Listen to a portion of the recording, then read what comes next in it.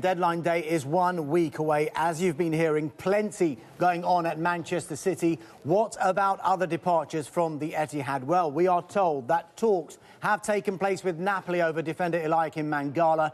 It's understood they're one of a number of clubs interested in taking the Frenchman on loan. He remains a City player for now, but there is an expectation that he will leave in this window. And the same could be said for a certain Samir Nasri. Sky sources say Besiktas are interested in the player.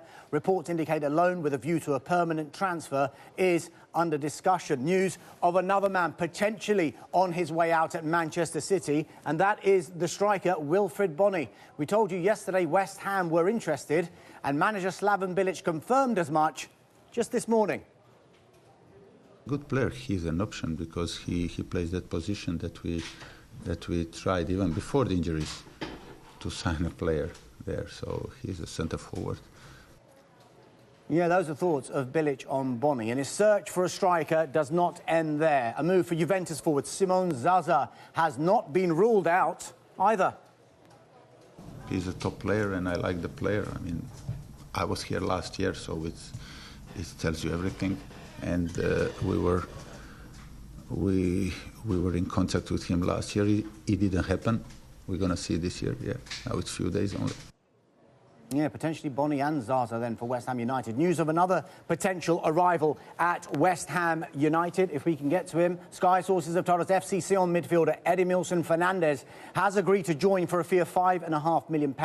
Fernandez is expected to have a medical later. He's the cousin of the former Manchester City player Gelson Fernandez. Let's go then to Manchester United. Been a very busy window so far, the second highest spenders. But what about the future of the former German captain Bastian Schweinsteiger? He hasn't figured under Jose Mourinho, but has declared United will be his last European club. He went on to say he would be ready if the team needs him. Let's see if that happens. Let's go from Manchester United and let's go to Southampton. And potentially a huge transfer in the offing at St Mary's. Sky sources have told us they are close to agreeing a fee for Lille's attacking midfielder Sofiane Boufal. The money being discussed is in excess of £20 million.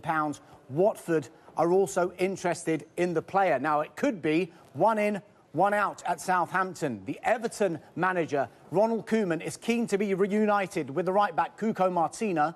Sky sources have told us the fee involved is around £2.5 million.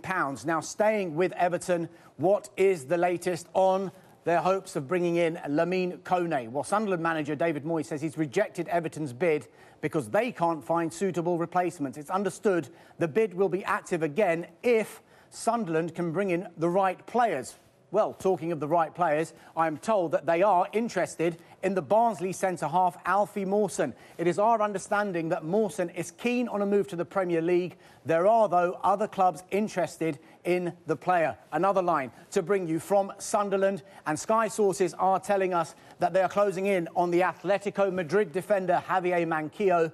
We understand he's arrived in the northeast for a medical and that a season-long loan deal has been agreed for the former Liverpool player. Let's now go to Arsenal. Arsenal fans emailing us all the time asking what is happening with their transfer activity. What is happening then with the pursuit of the Valencia defender Shkodran Mustafi? I'm told negotiations continue on this one. It's our information Mustafi and his agent met club officials yesterday and was told he can leave if, and it's a big if, an adequate offer comes in. It's thought a deal could be agreed at £26 million. Valencia, though, need to sell players if they are to comply with financial fair play rules. Do not think we've heard the last of Mustafi and Arsenal in this transfer window. But if it doesn't happen, they are looking, our Arsenal, at other defensive targets. Turkish international Omar Toprak remains of interest, and the player himself has admitted he could leave Bayer Leverkusen in this transfer window. Let's go from Arsenal and let's go to Chelsea. Plenty of incoming so far during this window, but potentially one man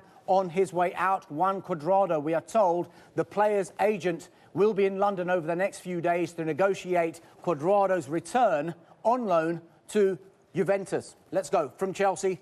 Let's go to Tottenham Hotspur and the saga And it is a saga. That is the Marseille winger, Georges-Kevin Nkoudou. It rumbles on. There's still an expectation the deal will go through, but a takeover at the French club is delaying the deal. Clinton NG would move the other way on a season-long loan. Now, staying with Tottenham, and Sky sources have told us that they are interested in Bayer Leverkusen attacking midfielder Hakan Çalhanoğlu.